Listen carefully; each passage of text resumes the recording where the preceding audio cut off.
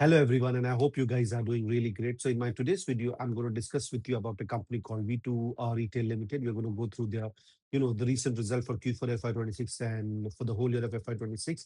We are going to go through the Concall summary and we'll jot down the main important points for you to know what is the management said.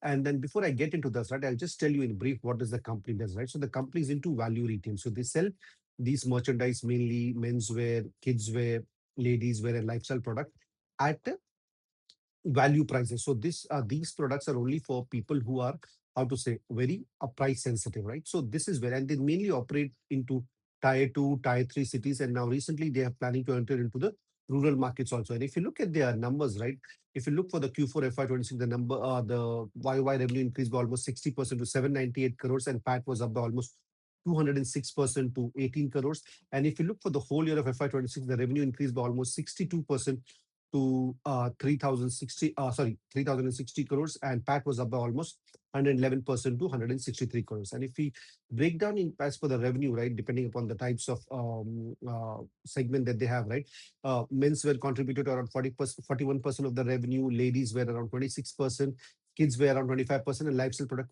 contributed around 8%. And after this, we are going to look into the certain statistics or numbers which are very important when we look at the retail store numbers, right? So one of the most important thing is same store sales growth. And if you look at that, it stood for the whole year at around 8.58%, which is within the guideline which the management had given between 8 to 10%.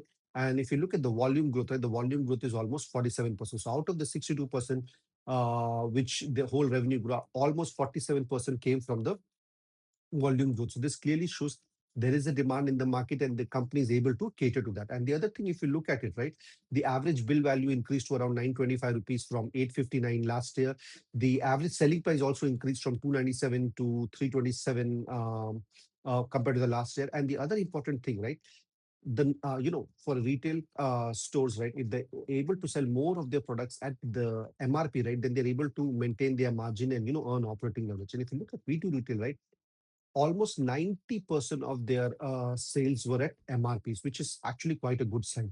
And if you look at their ROE improved to 26% from 23% last year.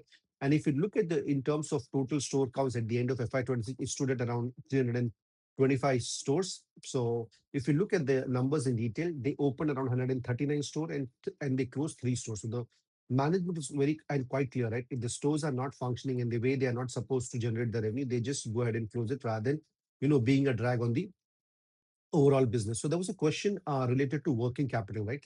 Because people were asked that why the working capital has increased, working capital days has increased from 45 days to 81 days. So at the back of it, the management was very clear. They clearly said that because of the recent geopolitical issues and supply chain disruption which are happening, right? So what they did, they increased the amount of, they almost doubled their inventory, right? So ensure that there is no, how to say, there is no issue while catering to demand of the customers, and at the same time the enough inventory is available while opening the new store, right? Because there is no point of opening new store if there is no inventory available, sorry, inventory available at all. So management said that hopefully in the next 3 months the geopolitical issues get sorted out, and then the inventory level will come back to the normal levels. If you look at the sorry, the raw material prices, the company said yes, the raw material prices increased by 3 to 4%, and they have a clear plan that they're going to pass it on to the customers, because they said, right, that this 3 to 4% price raw material price increase is just close to around 8 to 12 rupees at their base MRP. So they don't see any issues with that, and they're going to pass on to it. So there will be no impact on the, what do you say, on the operating margin, EBITDA margin, or gross margin at all. And if you look at their growth, right, so this is where the company is doing really, really well, and they're growing at a very, very fast rate. And if you look at their number for expansion for 2027, right, FY27, the management clearly said that they're targeting to open around 170 to 200 store, and this will all depend the numbers depending upon how well the new stores are performing, how the market is responding to that. According to that, they will keep opening the stores, and they are right will start entering into rural markets, and they already have a presence in tier two and tier three cities. They're going to go deep into that. And on this, they clearly said the funding will be completely done by internal accruals. They will not going to do any QIP or how to say raise any debt for this. So that is one good sign. So that means they'll be able to maintain a good profitability level. And then for the next year of FY28, they plan to open around 250 stores. I mean, which is even more than what they're going to open for FY26. And there was a question asked, right? So are they going to do a QIP, dilute the equity to fund this expansion in the next year? So the management is very clear that their debt to equity ratio is quite good. So even if when they need money, to expand to this new store, right? They are going to go for debt. They are not going to go for QIP at all.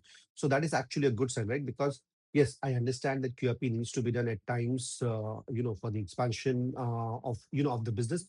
But at the same time, if the company is able to do the expansion by other means, by not diluting the equity, it is actually quite good for the shareholders. So that's quite a good sign. And another thing, what the management said, right, that even though they're targeting to grow at such a high level, right, they don't want to do at the cost of profitability, right? They just don't want to go and expand everywhere and the profitability takes a hit. They're going to be very sensible in ensuring that the profitability is not impacted at all. And the other thing, one of the other question which was asked, right, are they going to, you know, diversify from what they are doing currently right now? So the management is very clear that what they are doing right now is going on really well, and there is still a huge scope. The management said that in the coming years they can even open close to around 2,500 stores. I mean they did not give the timeline, but I think another 5 to 7 years they might open close to around 2,500 stores. So they said they want to concentrate over there. Once they are able to achieve and expand all over India, right? Afterward, they might think of diversifying or doing something else. But as of now, they are just focused on expanding these stores and bringing the revenue and the growth. And in terms of guidance, right, the management clearly said that for the next 2 years they'll be able to achieve minimum 50% of revenue growth. I mean, imagine the clarity and the confidence of the management that for the next 2 years they will minimum grow their revenue to around 50%. And if you look from the current number, which they did for the whole year, right, 3,000 crores, that can go up to, next year it can go to around 4,500 crores. And if you take for the next year, it can go up to, FY28, it can go up to around 6,000 crores, which is quite a good. And on the same store sales growth, they still said that they're going to maintain the, growth of around 8 to 10%, and their gross margin will be maintained between 28 to 30%. So if you look at the overall result, which is quite good, and if the con call gives you that confidence and knows that the company is going in the right direction, and the chances are the way they have performed in the past 2 years, they're able to achieve their targets for the coming years. If people might just look at the P, they might think, okay, it might be still expensive with the P of around 50 to 60. But I would suggest don't look at the P, what is it right now. Look at the P, what is going to be there in the future, right? Because the way the company is growing, this P would look cheaper if we take the next 2 years growth. I know you can, you guys, do the calculation on your, so I leave that up to you. But I think V2 Retail is doing all the right things, and they are moving in the right direction. And if you guys like this analysis and the video, please do hit like and subscribe to my channel. Thank you and God bless.